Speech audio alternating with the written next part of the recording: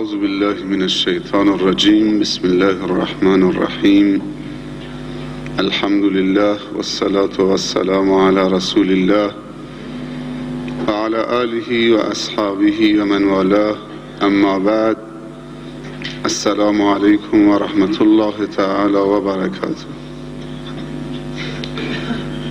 خداوند بسیار سپاس میگوییم در مقابل همه نعمتها و منتها و الطاف و عنایتهایش.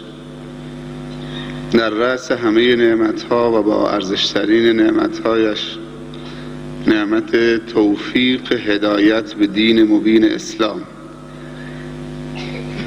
هدایتی که اگر برای انسانی صورت بگیرد و تحقق بیابد، یعنی هدایت به تمامی ارزش‌های والای انسانی و به تمامی سعادت‌ها و خوشی‌ها و تعالی‌ها و ترقی‌های مادی و معنوی در دنیا و آخرت. الحمدلله این نعمت هدایت همه ما و شما و خواهرای برادرها مسلمانان ازش بهره مند هستند. قدر این نعمت را بدانیم و با شکر این نعمت هدایت را برای خودمون و جامعه خودمون و آیندگان خودمون و فرزندان خودمون با برکت نگه بداریم. شکر نعمتت افزون کند. لئن شکرتم لازیدنکم. طوری عمل نکنیم که خداوند بعد از هدایتمان هدایت را در نتیجه بی‌لیاقتی ما از ما و جامعه ما سلب نمایند و ملت‌های کافر و گمراه را هدایت بدهند و این امانت را به اونها تحویل بدهند. سنت‌های خداوندی در بندگانش متنوع و متفاوت و همیشه بوده و هست. پس باید از خود لیاقت نشان بدهیم تا همیشه نظر خدا را جلب خود و جامعه خود بسازیم.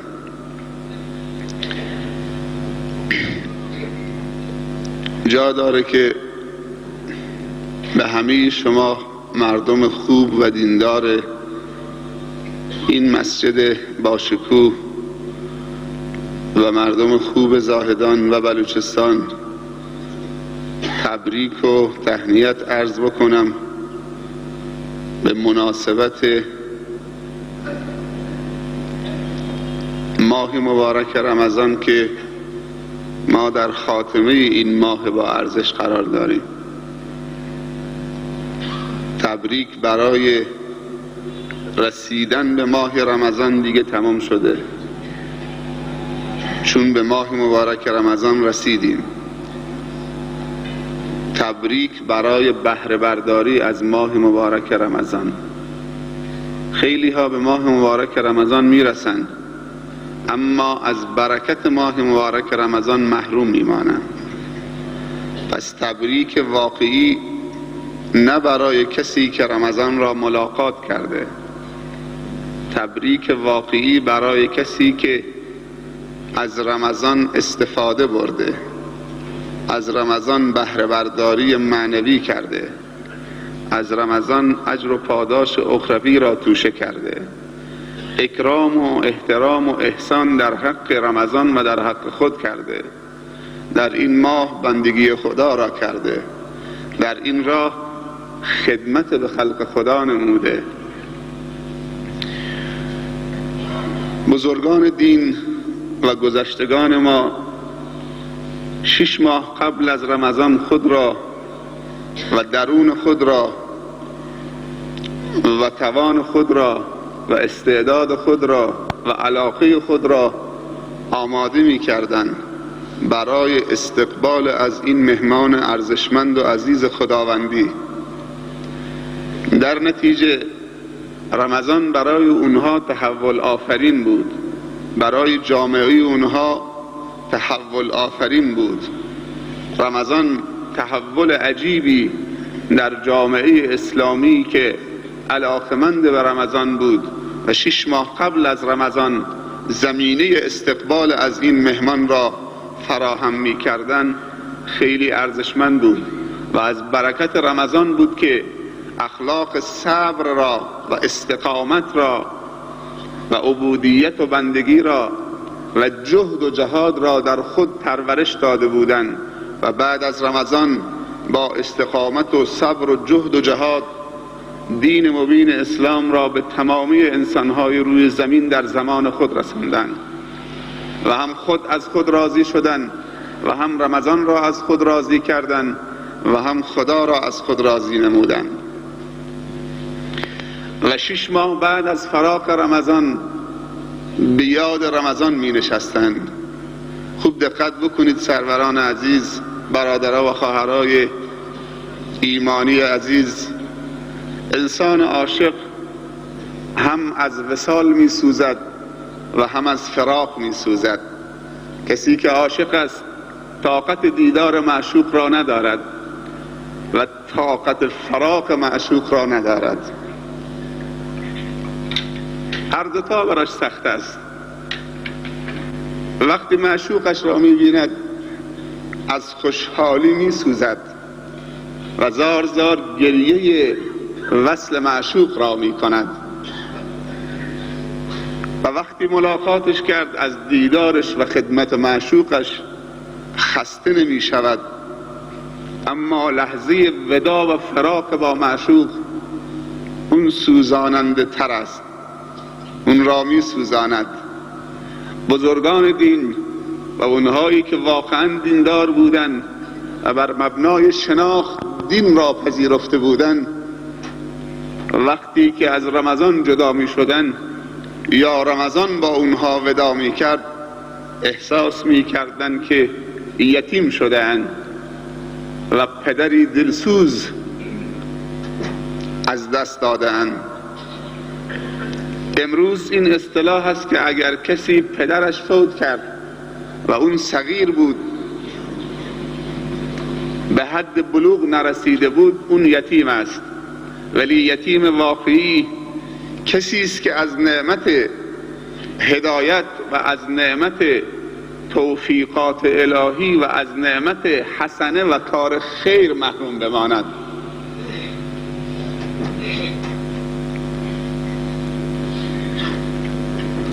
برادرای بزرگوار، ماه مبارک رمضان ماه برکت است.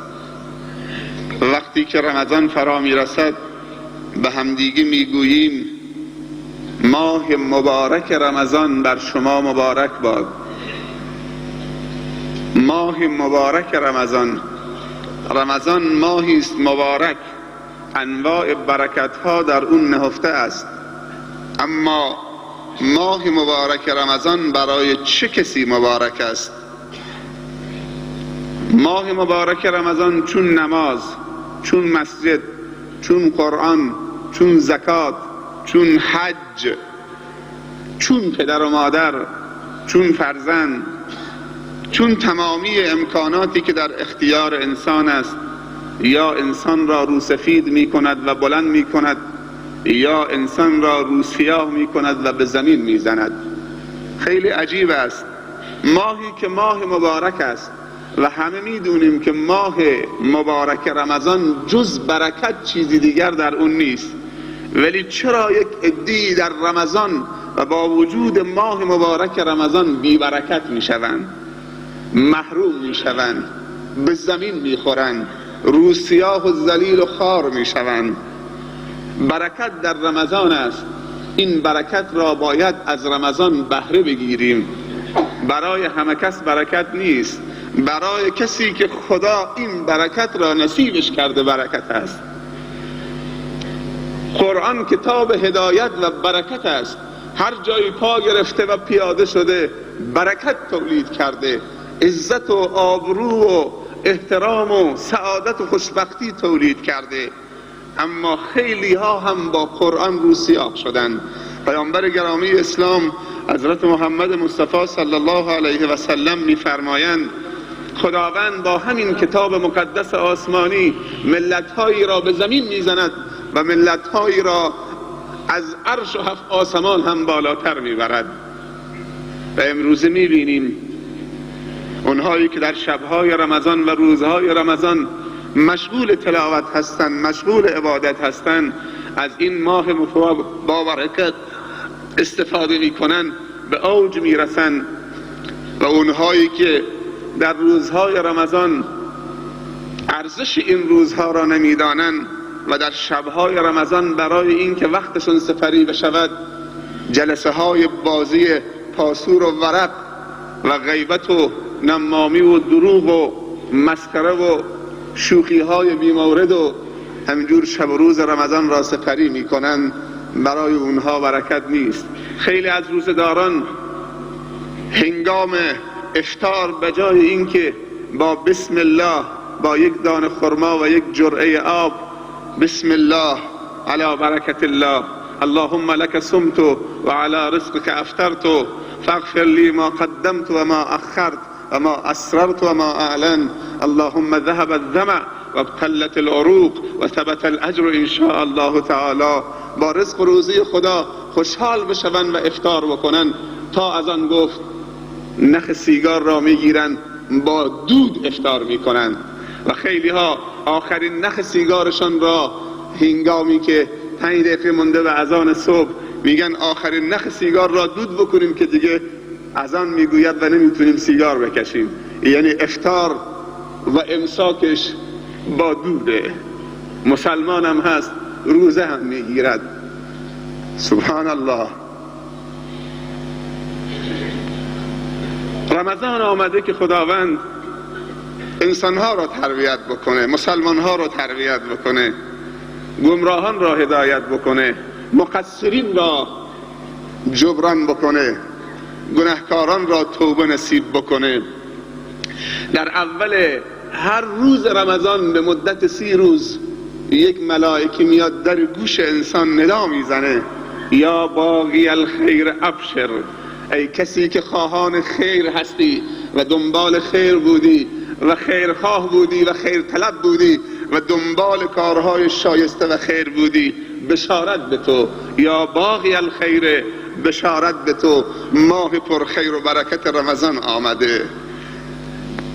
و ملائکه دیگر میگوید در گوش انسان، یا باغی الشر، یا باغی الشر اقصر، و ای کسی که دنبال شر بودی تا قبل از رمضان، و ای کسی که شر طلب بودی و دنبال خیر نبودی، ماه خیر آمده، از شر کوتاه بیا، گذشته را جبران کن. از این التماس بیشتر چه کسی التماس می کند؟ کسی که نیاز به عبادت هیچ یک از بندگانش ندارد. یسبح لله ما فی السماوات و ما فی الارض، سبح لله ما فی السماوات و ما فی الارض. کل مخلوقات تسبیح خداوند میگویند. تعداد انسانها از هر نوع مخلوقی کمتره. کل انسانهای روی زمین به اندازه یک نوع مخلوق خدا نمیشوند، به اندازه تعداد مورچه ها نمیشوند. یک ماهی به اسم ماهی حبور، مادهش سالانه 700,000 تخم میذارد در دریا. یک ماهی فقط. میلیون ها نوع ماهی اگر هر کدوم 700,000 800,000 300,000 تخم بگذارد، اما انسان در طول 100 سال عمرش شاید 5 تا بچه دار بیاورد، شاید هم عقیم بشود. یک میگو 350,000 تخم میذارد، میگوی مولد در دریا. همه تسبیح خدا میگویند به هر زبانی. کل قد علم صلاته و تسبیحه، و خداوند صلات و تسبیحشان را میداند.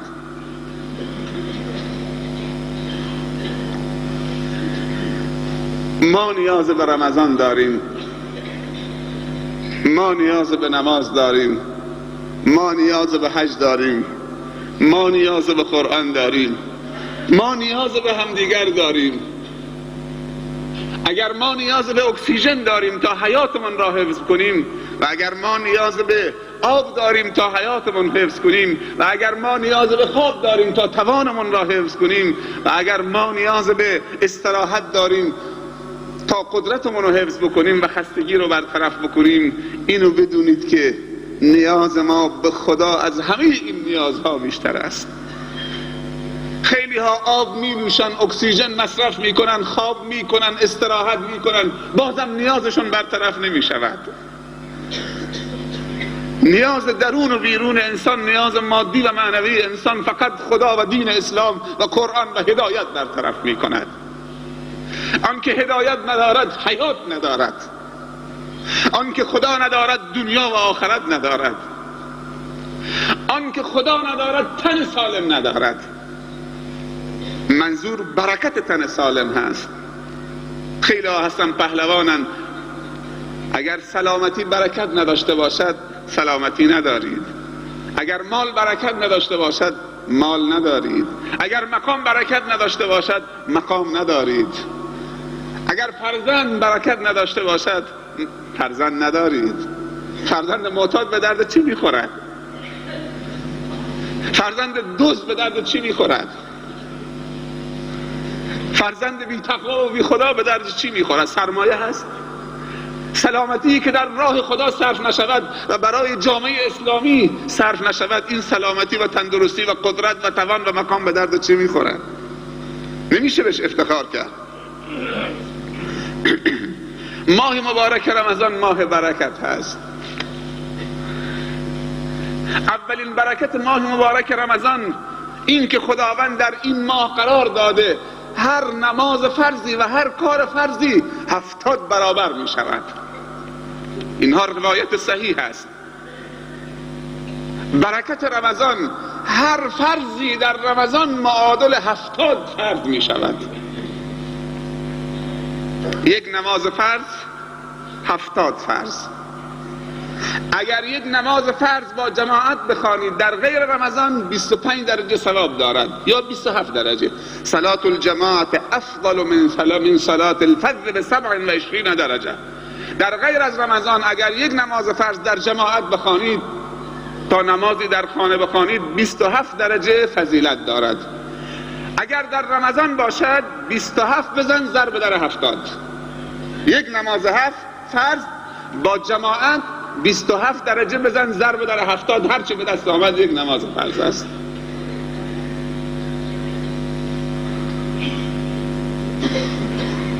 از این دیگه فرصت بهتر. اگر کسی در رمضان 30 روز 150 نماز فرض است در جماعت بخواند 150 27 ضرب در 70 دنیایی است. بعد میگیم خدا به ما ظلم کرده. باور بکنید اونقدر حسنات هم ریخته کسی نیست که جمع بکنه. گناهی که وجود نداره دنبالش میگردیم که پیداش بکنیم جمعش بکنیم. گناهی که یک میشه همون دنبالشیم. 1000 تا گناه انجام میدیم که 1000 تا بشه. حسنه ای که یکش میلیون میشه حاضر نیستیم جمع بکنیم. بعد وقتی میمیریم وصیت میکنیم ختم ما را بکنید، ملا سر قبر ما بذارید، خیرات ما بکنید. کس نخارد پشت من جز ناخن انگشت من. 20 رکعت نماز وتر، سنت های قبلی و بعدیه، سنت ضحی، صدقه های نفل. سنت ثواب فرض دارد و عزیزترین چیز نزد خداوند فرائضشه. در رمضان همه سنت ها را می توانید تبدیل به فرض بکنید و عزیزترین باشید.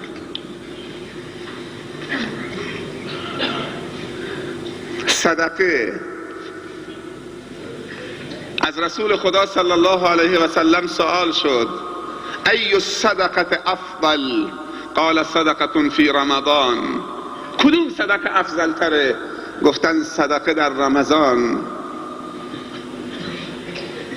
صدقه نفل و صدقه واجب، زکات. صدقه واجب و نفل هر کدوم 1 تومن 700 تومن خدا معامله کرده. 1 تومن 700 تومن. اگر زکات باشه که فرضه و 70 برابر میشه، 70 بزن ضرب در 700، 1 تومن 70 ضرب در 700، هرچی آمد خدا میده. ما نقص مال من صدقه، هیچ مالی از صدقه دادن ناقص نشده. نترسید، طرف شما خداست.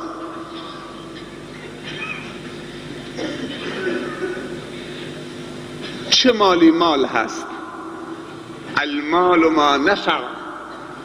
مالی مال انسان هست که نفع برساند. خوب دقت بکنید، چه مالی مال هست؟ المال ما نفع. مالی مال هست و می شود به اون افتخار کرد که نفع برساند. مالی که نفع نداشته باشد مال نیست، نمیشه بهش افتخار کرد. یک روزی فقرای صحابه آمدن، اهل صفه مهاجرین آمدن خدمت رسول اکرم صلی الله علیه و سلم، عرض کردن یا رسول الله ذهب اهل الدثور بالاجور. اونهایی که سرمایه‌دار بودن هرچی ثواب بود جمع کردند و رفتن، برنده شدن. ما فقرا چیزی نداریم، ببخشیم. تاجر بودن زکات مال دادن، تاجر بودن حج رفتن، تاجر بودن مسجد درست کردن، تاجر بودن حوزه رو انفاق میکردن، طلاب و نفقه میدادن، تاجر بودن بیمارستان درست کردن، تاجر بودن و تا آخر. ما چی داریم که ببخشیم؟ هرچی ثواب گرفتن تجار بودن و رفتن. ما فقرا چی داریم که انفاق بکنیم؟ حضرت عثمان ذوالنورین جیش الاسره رو به تنهایی تجهیز میکند. حضرت ابوبکر صدیق بردگان را میخرد و آزاد میکند، از جمله مؤذن رسول الله صلی الله علیه و سلم. حضرت عمر انفاق میکند. حضرت عبدالرحمن ابن عوف میگوید سنگی رو بلند میکنم، توقع دارم زیر اون سنگ گنجی باشد، چون که رسول الله صلی الله علیه و سلم دعای برکت کرده. 700 تا شتر رو یک جا در راه خدا میبخشد و میداند که تضمین است، کم نمیشود.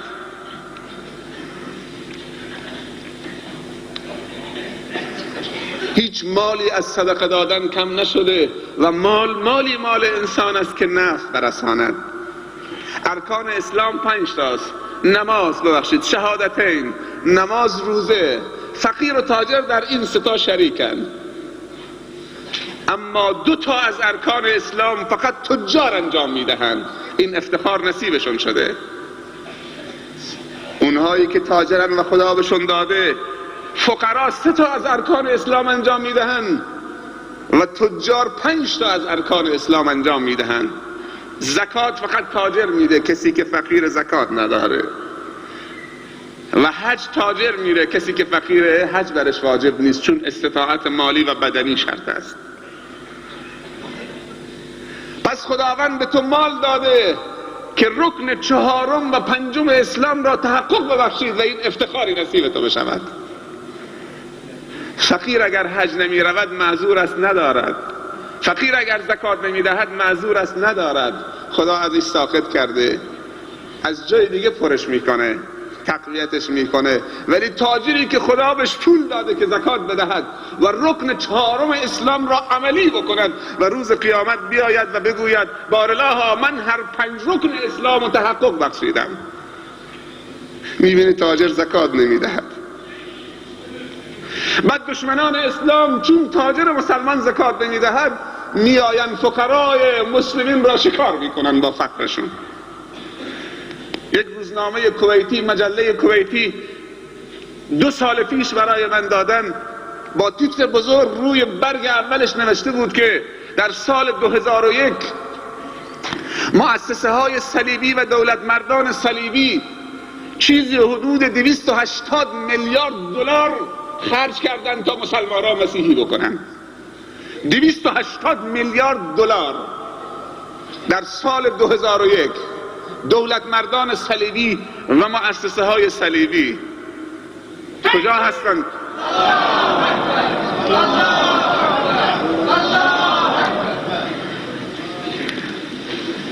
کجا هستند تجار مسلمان؟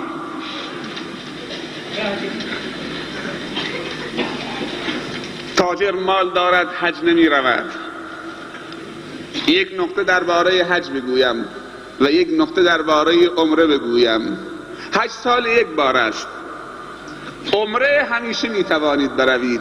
سوال کردن بهترین عمره چه وقتیه؟ پیامبر صلی الله علیه و سلم فرمودن عمرة فی رمضان، عمره در رمضان معادل حج است.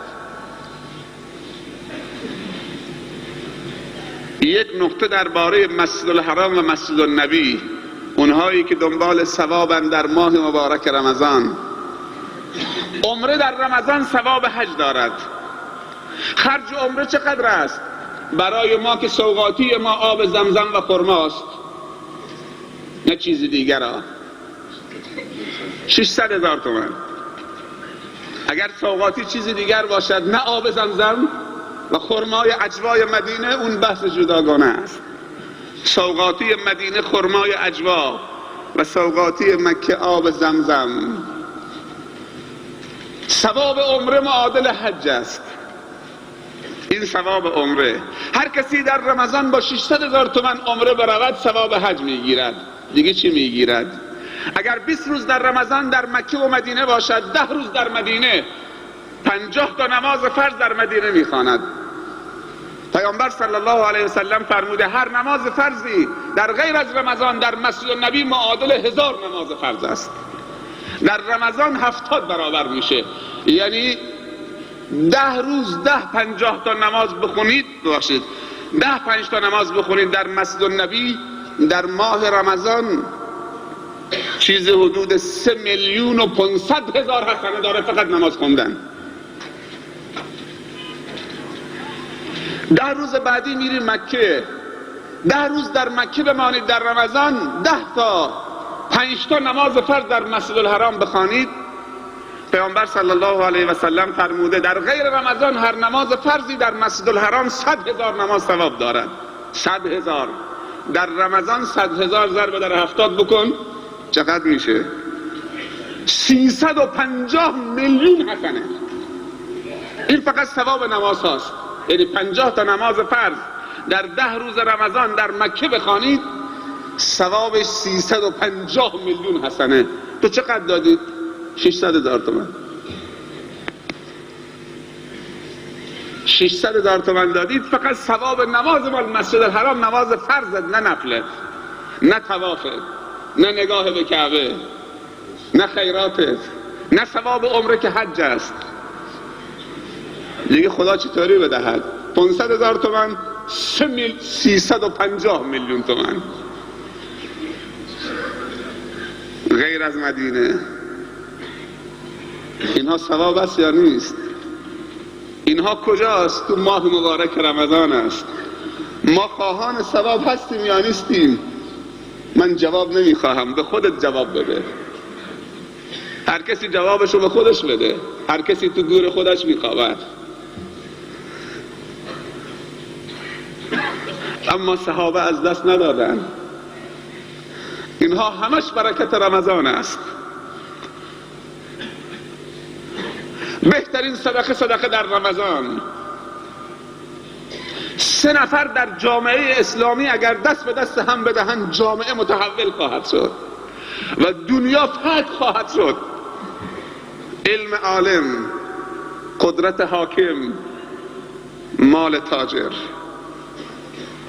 علم عالم، اگر خدا به عالم برکت بدهد که علمش به مردم برسد و به خودش هم برسد، دنیا بیدار می شود، دنیا آگاه می شود، دنیا خداپرست می شود.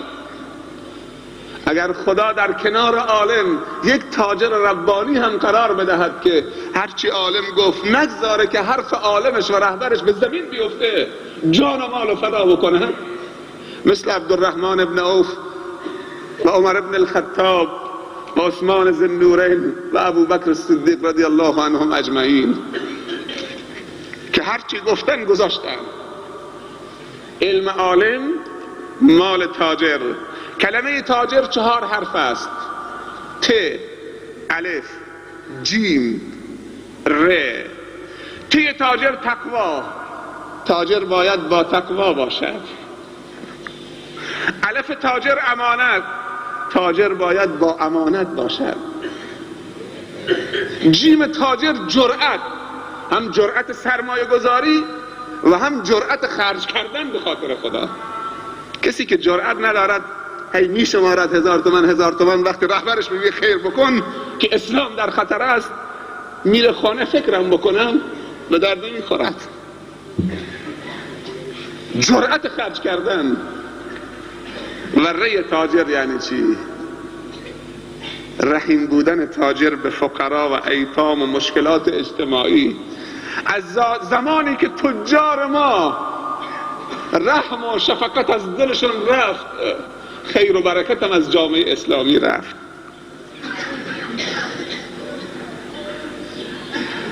علم عالم کافی نیست، مال تاجرم باید باشه. ت تقوا، الف امانت، جیم جرأت، ر رحمت. تاجر باید رحم بکنه به جامعه و نیازهای جامعه. خدا بهش داده که رحم بکنه اگر میخواد که رحم بشود. حوزه مکی امانتی است در گردن تجار زاهدان و بلوچستان بالاخص.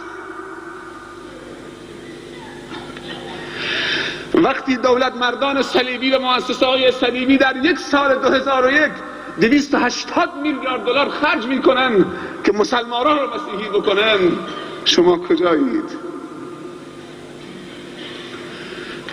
وقتی علم عالم و مال تاجر در کنارشم قدرت حاکم اسلامی و دولت مرد اسلام در کنارش جمع می شود، مثل قدرت امیر المؤمنین عمر ابن الخطاب رضی الله عنه، اسلام به همه جا می رسد. این فقها و این علما سخاوت داشتن، تجارم سخاوت داشتن، حاکم وقتم قدرت داشت و قدرتش رو سخاوت کرد، بخشید برای پیشرفت اسلام. عالم با علم سخاوت می کند، تاجر با مال سخاوت می کند، حاکم با قدرت حکومتی سخاوت می کند. هر سه تا یک ثواب دارند. بازار می تواند یک پایگاه دینی باشد اگر بازاری های ما مؤمن و متدین باشند. این حوزه به چی می چرخد؟ به توان تاجر مخلص بازاری. بعضی تجار من دیدم که فقرا رو کور میکنن، فقرا رو کور میکنن. فقیر متکبرم دیدیم. من در حرم مدینه وقتی بودم اونجا، یک تاجر آفریقایی بود، اصلیتش آفریقایی، حافظ کل قرآن بود، دیسک کمرم داشت، یک عصایی داشت. 5 تا هندی و پاکستانی کرایه کرده بود، خدمتگزارش بودن. سفره انداخته بود چند متر، انواع غذاها اونجا گذاشته بود. اینها رو فرستاده بود، خودش قرآن از بر میخوان. اینها در حرم ایستاده بودن، فقط چه؟ مردم می آوردن سر سفره افطاری این آقا. در کنارش دیده بودم که یک سیاه آفریقایی این طرف گذاشته، یک پیرمرد فقیر بنگلادشی این طرف گذاشته. تا گفت الله اکبر موز پوست میکنه، دست این سیاه میدهد، موز پوست میکنه، دست این بنگالی فقیر میدهد. میگه بخور هنیئا، مال خداست، مال من نیست. بعضی هم وقتی به مال میرسن، نه که خودشون خدا رو فراموش میکنن. فخسفنا به و بداره الارض. در ماه مبارک رمضان دیگه چه هست که سبب برکت شب قدر هست؟ شب قدر یعنی چی؟ شبی که دارای قدر و منزلته. قدر و منزلت یعنی چی؟ یعنی قرآن در اون شب نازل شده و به شب قدر و منزلت داده. قرآن چند حرفه؟ 350,000 حرفه. پیامبر اسلام صلی الله علیه و سلم فرمودند هر مسلمانی یک حرف از قرآن بخواند 10 تا حسنه دارد. من نمیگویم الف لام میم یک حرف است، بلکه الف یک حرف و لام یک حرف و میم یک حرف. هر کسی 3 حرف بخواند 30 حسنه. 350,000 حرف. یک ختم قرآن می شود 3,500,000 حسنه.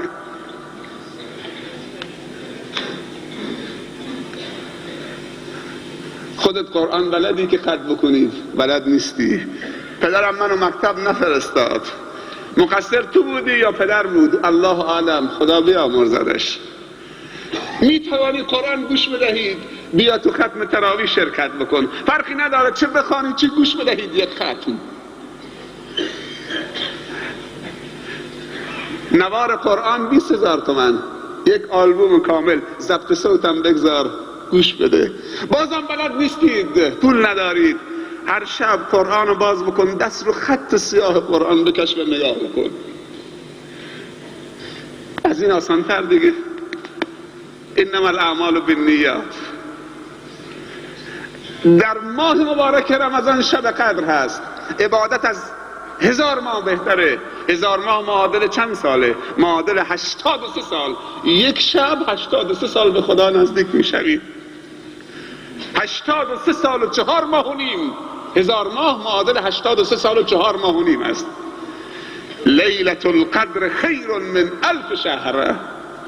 یک شب قدر که شاید هم تمام شد تو همین روزهای 21 و 22 و 23 و امید هست که هنوز جلو باشد.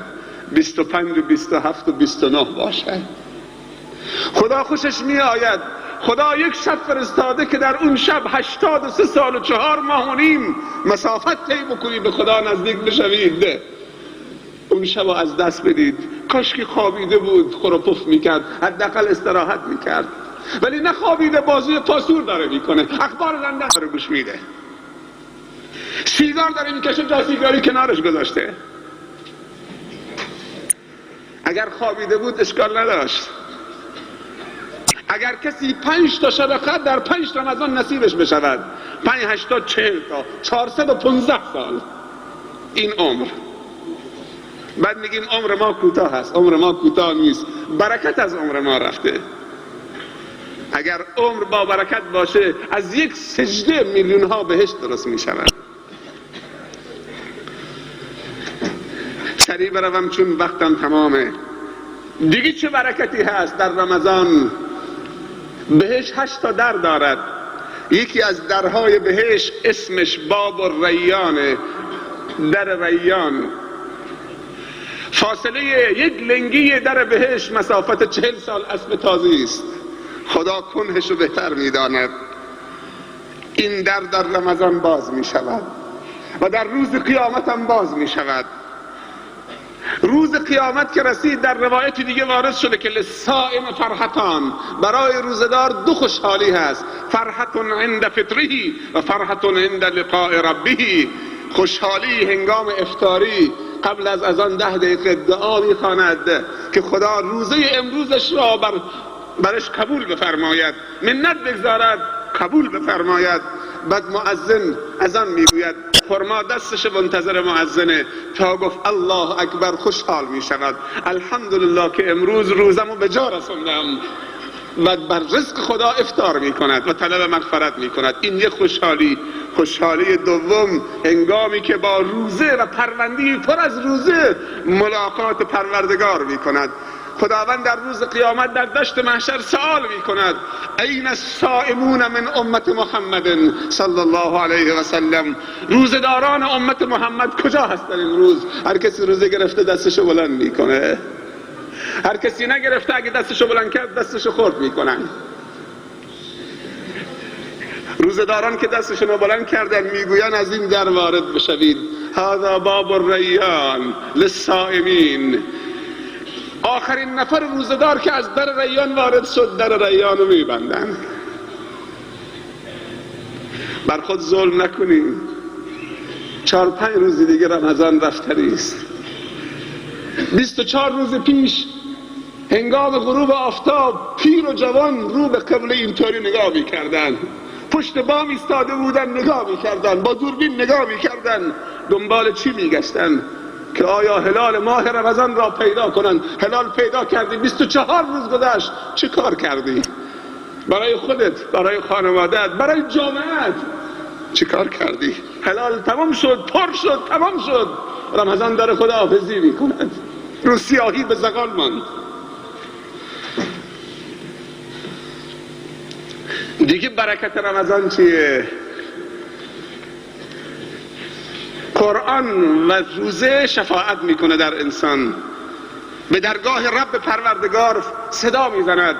روزه میگوید ای پروردگار، من در روز رمضان، در روز گرم رمضان عزیزترین چیزها را بر او منع کردم، حرفمو قبول کرد، آب و نوشیدنی و خوردنی منعش کردم، خدایا من را در او شفاعت بده. میگه باشه، شفاعت تو قبوله. قرآن از اون طرف می آید میگه خدایا همین طوری که روزه رو در اون شفاعت دادی، منم شب خواب از چشمش گرفتم، منم اجازه بده در این روزه‌دار و کسی که شب با قرآن بیداری میکشید در شفاعت بکنم. میگه تو هم اجازه دارید که در این شخص روزه‌دار و در این شخص مؤمنی که شبها با قرآن می ایستاد شفاعت بکنید. آیا شفاعت رمضان و قرآن نمیخواهیم؟ در خاتمه صحبت هم فقط به یک مسئله اشاره می کنم، گرچه مطالب هست ولی وقتم ما را تأخیر می کند. بارزترین ویژگی ماه مبارک رمضان توبه است. یعنی ماه رمضان برای توبه کردن هست و بهترین دعایی که در شبهای قدر انسان از خدا می طلبد این دعاست. ام المؤمنین عایشه رضی الله عنهما سوال فرمودن ای رسول خدا صلی الله علیه و سلم، اگه شب قدر رو ملاقات کردم چه دعایی بطلبم؟ راهنمایی بفرما. گفت این دعا: اللهم انک عفو تحب العفو فاعف عنی. اللهم انک عفو تحب العفو فاعف عنا. پروردگارا تو با گذشت هستید و گذشت کردن را دوست دارید و عفو و بخشش از بندگان گناهکار و تقصیرکار را دوست دارید. خدایا نگاه به بدی ما نکن، نگاه به خوبی خودت بکن.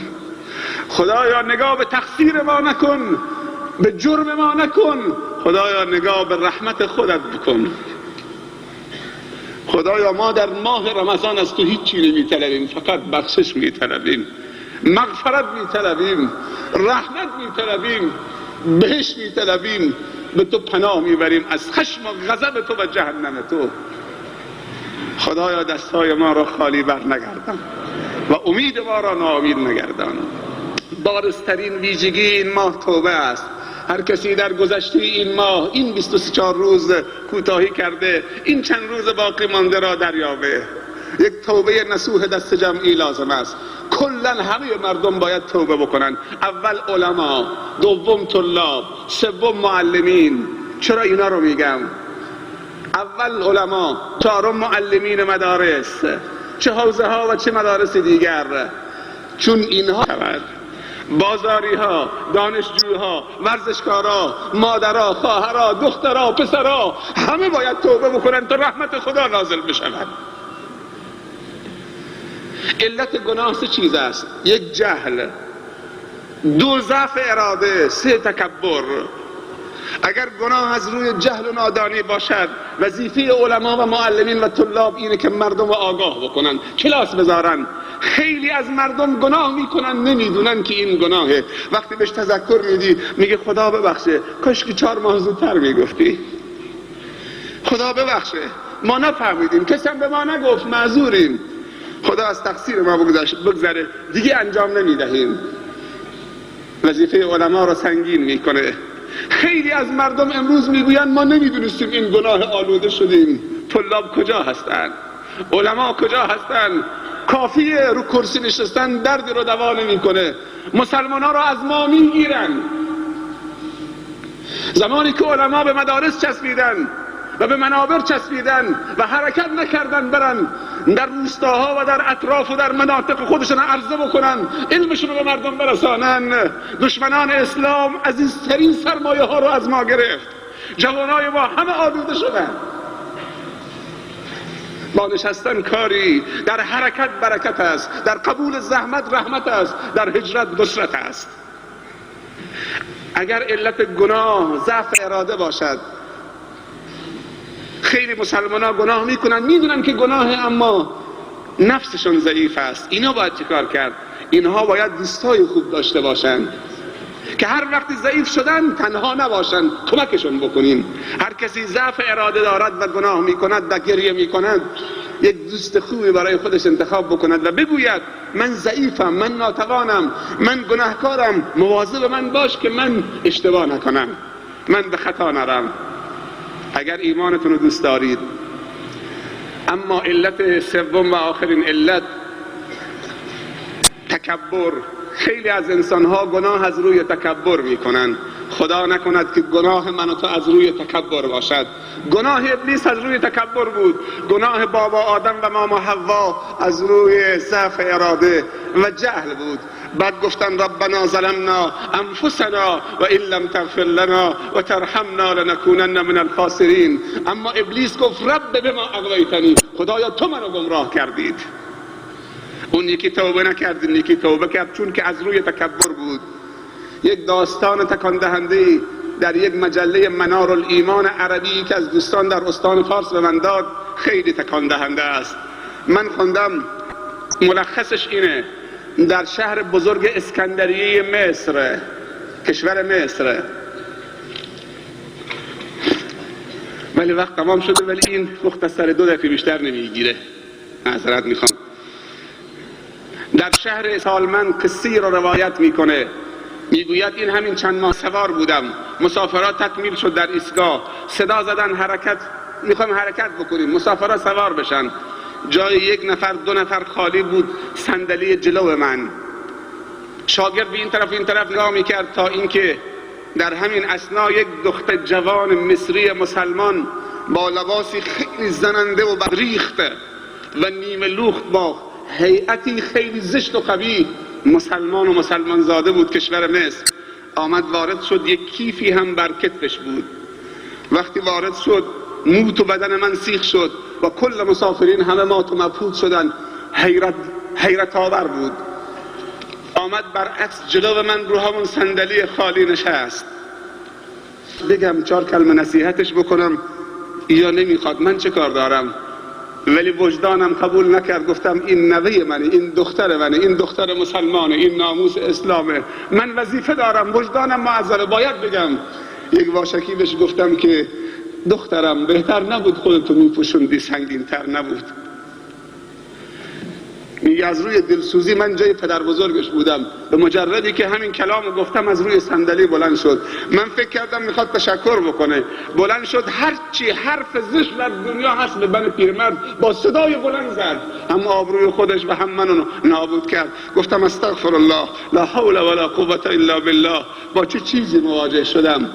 بعد نشست رو صندلی، 1.5 ساعت نشست، اتوبوس رفت، دوباره بلند شد. گفتم حتما داره فکر میکنه که اشتباه کرده، میخواد معذرت خواهی بکنه. دوباره بلند شد، با یک تکبر و غروری کیفشو در آورد، در کیف باز کرد، یک تلفن همراه داخل کیفش بود. گفت پیر مرد خرفتی، تو که میگی خدا و جهنم و آخرت، این تلفن منو بگیر، به اون خدا زنگ بزن تا غرفه‌ای و اتاقی در جهنمش برای من رزرو بکنه. گفتم لا حول ولا قوة الا بالله، انا لله، استغفر الله، خدایا من با چی مواجهم؟ بعد میگه دختر نشست، تلفنشو گذاشت و نشست، سرش گذاشت روی صندلی جلوی، سر بلند نکرد، ماشین رفت تا رسید به مقصد. بعد میگه شاگرد گفت اینجا آخرین ایستگاه، پیاده بشید. رسیدیم. بعد میگه همه پیاده شدن، ما چند نفر نشسته بودیم، سرت بلند کن. جواب نمیده. خانم به مقصد رسیدیم، مسافرها پیاده شدن، تو فقط موندی. گفت جواب نمیده. میگه دست زد به بدن این دختر جوان، افتاد تو راهرو، نگاه کردن که نفس خالی کرده. وقتی دعوت شد اتمام حجت شده، باقیش دیگه با خداست. همون جایی که گفت غرفه‌ای در جهنم برای من رزرو بکنه، همونجا خدا قبض. بزرگوار، برادرای بزرگوار، جوانای عزیز، پدرها مادرها، اگر گناه میکنید خصلت انسان از روی تکبر گناه نکنید. اگر گناه میکنید توبه بکنید. گناه کردن مهم نیست، توبه کردن مهم است. معذرت میخوام بابت این چند دقیقه که طولانی شد از جناب استاد و رهبر بزرگمون حضرت مولانا حفظه الله و دیگر نمازگزاران عزیز، خصوصا اونایی که در خیابانن. به همه شما خداوند جزای خیر عنایت بفرماید. طاعات و عبادت و روزه و صیام و تلاوت و تراویح و تسابیحتون به درگاه خودش قبول بفرماید. در هر کاری خاتمه به خیر بشویم و حسن الخاتمه نصیب ما و شما و تمامی خواهر و برادر مسلمان بشود. و آخر دعوانا ان الحمد لله رب العالمین.